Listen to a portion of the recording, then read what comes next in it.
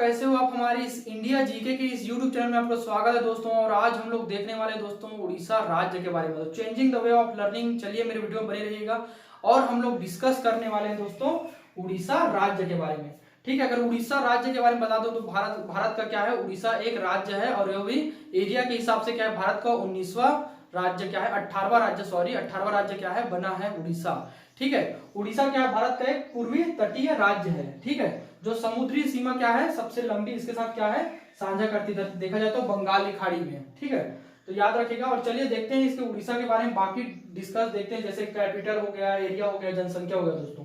ठीक है, अगर उड़ीसा की अगर गठन के बारे में अगर बात करें दोस्तों, तो इसका गठन हुआ था 18 अप्रैल 1936 को। क्या हुआ था, उड़ीसा का गठन हुआ था। ये क्या है, पहले प्राचीन समय का गठन है। और अभी के समय में अगर गठन की बात करें तो क्या हुआ था दोस्तों, 26 जनवरी 1950 को क्या है उड़ीसा का गठन हुआ था। और उड़ीसा क्या है, भारत का पूर्वी तटीय राज्य है। ठीक है, और अगर उड़ीसा की अगर कैपिटल राजधानी की बारे में अगर बात करें तो यहाँ का क्या है, राजधानी क्या है आपका भुवनेश्वर हो जाता है, जो एकमात्र राजधानी है उड़ीसा की। ठीक है, तो याद रखिएगा।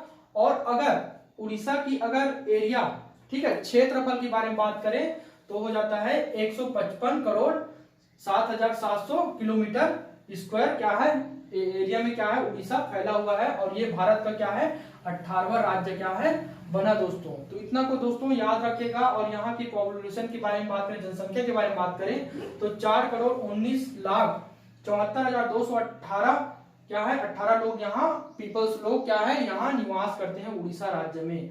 और जनसंख्या के बारे में अगर घनत्व डेंसिटी के बारे में यहाँ के अगर बारे में बात करें, ठीक है, तो पर किलोमीटर स्क्वायर एरिया में क्या है 270 लोग क्या है दोस्तों निवास करते हैं। अगर 270 लोग क्या है निवास करते हैं। और यहाँ के अगर डेवलपिंग पॉइंट के बारे में बात करें तो उड़ीसा के बारे में, तो क्या है उड़ीसा भी डेवलपिंग पॉइंट में है, मतलब बहुत जल्दी क्या है विकसित क्या है राज्य बन रहा है, विकसित कर रहा है अपने राज्य को। ठीक है, और यहाँ की अगर डिस्ट्रिक्ट के बारे में बात करें दोस्तों, ठीक है, डिस्ट्रिक्ट के बारे में तो जाता है यहाँ टोटल 30 डिस्ट्रिक्ट है, जिला है दोस्तों। ठीक है, और अगर सबसे बड़ा जिला एरिया के आधार पर अगर बात करें, ठीक है, लॉन्गेस्ट जिला तो आपका हो जाता है भुवनेश्वर।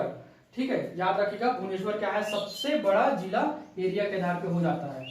और अगर यहाँ के रिवर्स के बारे में बात करें, नदियों के बारे में अगर बात करें तो हो जाता है वैतरणी और हो जाता है महानदी। ठीक है, और अगर उड़ीसा की अगर सबसे लंबी, ठीक है, और सबसे बड़ी नदी के बारे में अगर बात करें तो हो जाता है आपका महानदी, जो हमारे छत्तीसगढ़ राज्य से क्या है निकलती है दोस्तों। इसका उद्गम स्थल कहाँ से होता है, धमतरी के सिहावा नगरी से क्या है इसका महानदी का क्या है उद्गम होता है। ठीक है, इतना याद रखिएगा। और ये टोटल अगर लंबाई की बात करें महानदी की, ठीक है, तो ये क्या हो जाता है आपका टोटल लंबाई क्या है इतना 858 किलोमीटर टोटल ये बहती है। ठीक है, छत्तीसगढ़ से लेके उड़ीसा तक क्या है 858 किलोमीटर ये दोस्तों बहती है। और अगर उड़ीसा में कितना बहती है अगर बात करें दोस्तों तो ये हो जाता है आपका 572 किलोमीटर क्या है उड़ीसा बहती है। और उड़ीसा को क्या है छत्तीसगढ़ का क्या है जीवन रेखा के नाम से क्या है जाना जाता है, और छत्तीसगढ़ की गंगा के नाम से भी जाना जाता है दोस्तों। तो इसको भी याद रखिएगा। अगर मेरा दोस्तों पिछला क्लास का वीडियो अगर नहीं देखे छत्तीसगढ़ राज्य के बारे में तो जाइए मेरा लिंक में वीडियो में और उसको देखिए दोस्तों। ठीक है, और अगर सबसे ऊंची चोटी के बारे में बात करें तो यह हो जाता है मल्यगिरी। ठीक है, मल्यगिरी क्या है यहाँ की सबसे ऊंची चोटी है। और अगर उड़ीसा की बारे में बात करें, परियोजना के बारे में बात करें यहाँ के, तो जाता है आपका हीराकुंड परियोजना।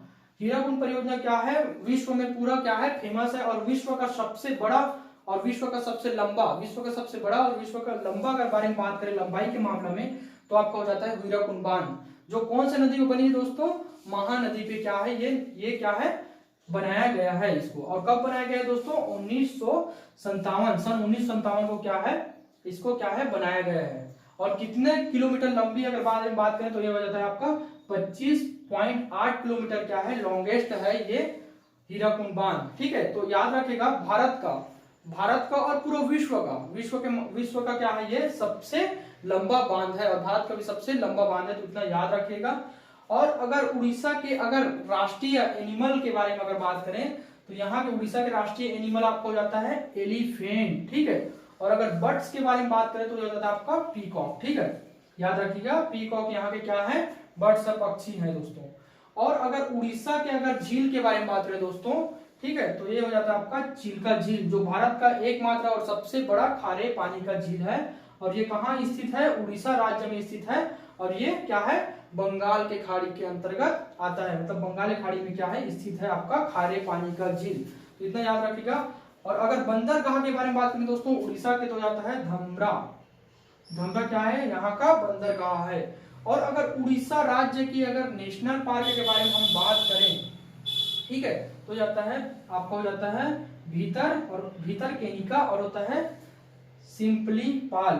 ठीक है, सिंपलीपाल क्या है? ये क्या है? यहाँ का नेशनल पार्क है दोस्तों। और सिंपलीपाल क्या है? यहाँ का बोला जाए तो क्या है? बायोस्फीयर रिजर्व क्षेत्र है। ठीक है, मतलब बायोस्फीयर संरक्षित क्षेत्र में इसको बोल सकते हैं हम लोग सिंपलीपाल को। ठीक है। और अगर उड़ीसा के धार्मिक स्थल, ठीक है, धार्मिक मतलब मंदिरों के अगर एरिया में अगर देखा जाए उड़ीसा को, तो क्या है? उड़ीसा को क्या है? मंदिरों की नगरी के नाम से भी जाना जाता है।